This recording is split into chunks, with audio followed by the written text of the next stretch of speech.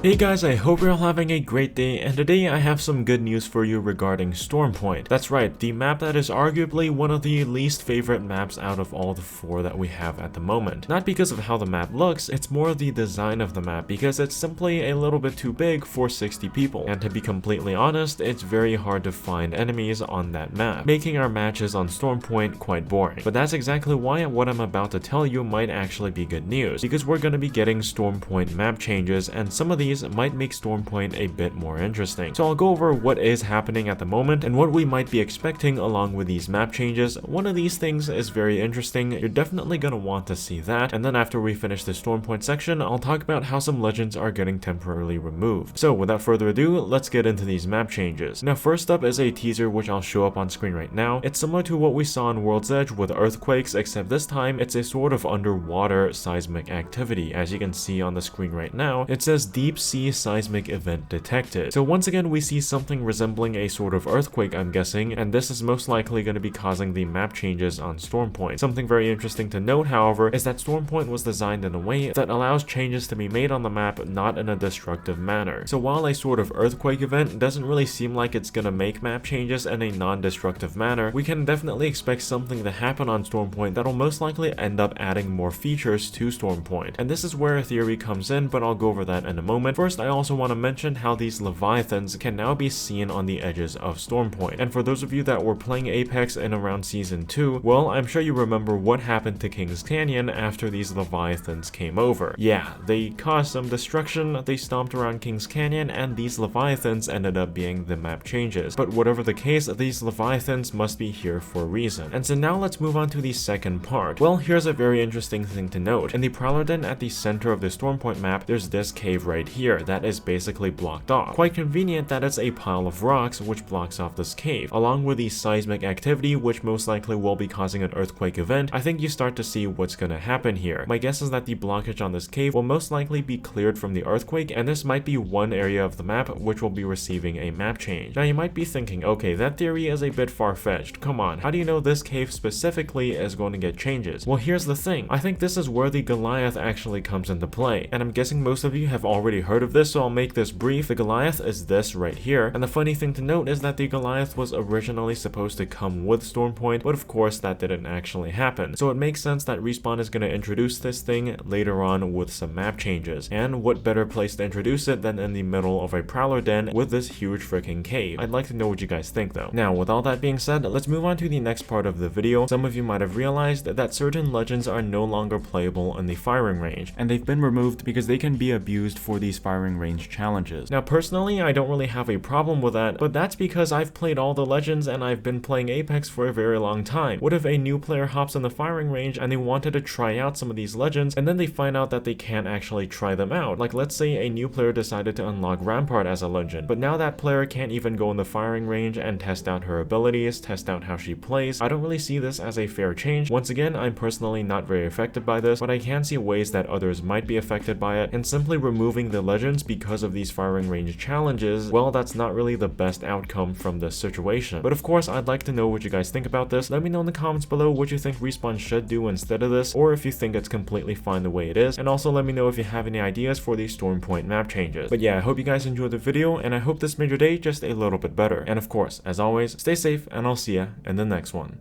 Peace out.